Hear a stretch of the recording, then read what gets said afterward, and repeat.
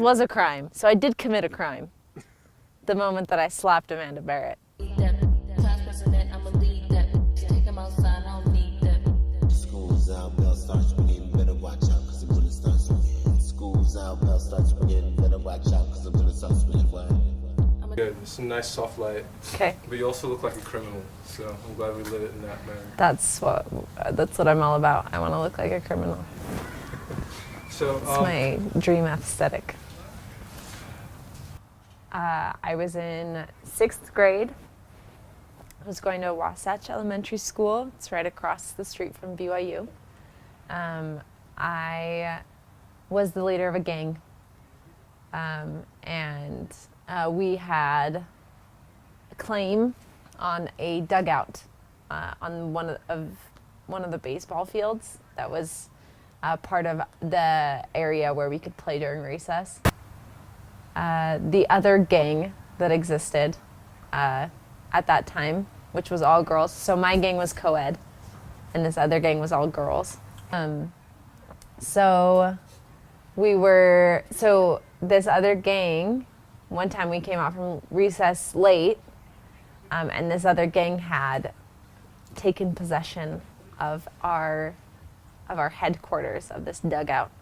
And we come around the corner of the dugout, and the girls' gang is in the dugout. And we're like, hey, what's going on? See, it's our dugout, and we've renamed it. And we were like, how could you rename it? It's our hideout. It's like our base.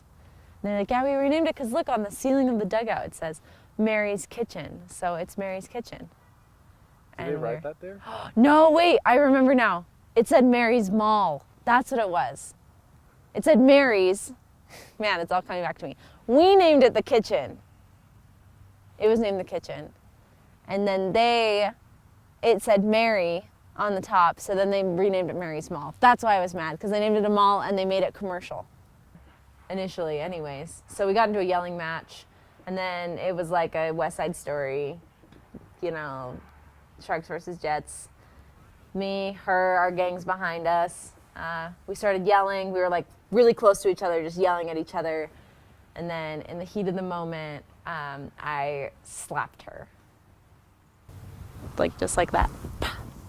Like what? Yeah, it was a full hand, and it was like straight across the face. And like I hit her so hard that her face like moved, like, Oh, like wow. that. Yeah. Slapped the soul out of her. Yeah, and the earring off of her ear. So that's Slapped like her. the second part of the story, Uh-huh. which is that as I slapped her with such force, harder than I'd ever slapped a person in my life.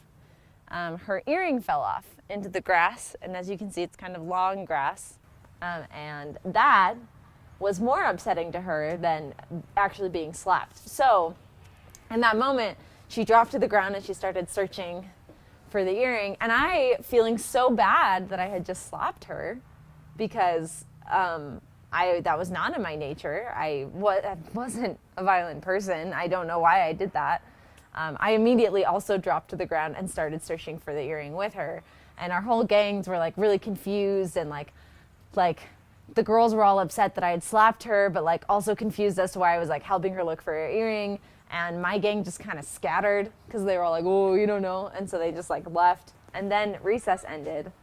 And so we had to go inside, and she still hadn't found her earring. And she was really upset for the rest of the day because she hadn't found her earring. She like really wasn't that mad at me for the fact that I had slapped her. She was just mad that in slapping her, I had also lost her earring.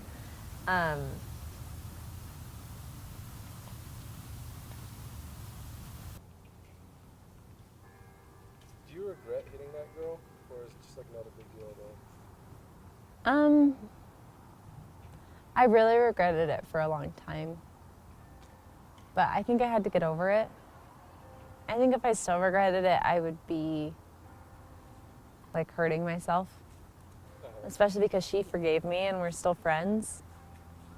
So like, now I'm fine. I don't regret it necessarily, because I think that it triggered a lot of other things that needed to happen for me that were really formative.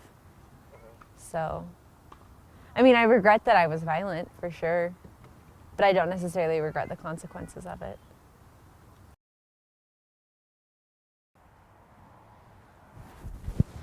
Oh, ow. I don't know how to do a karate kick, apparently. In the final cut.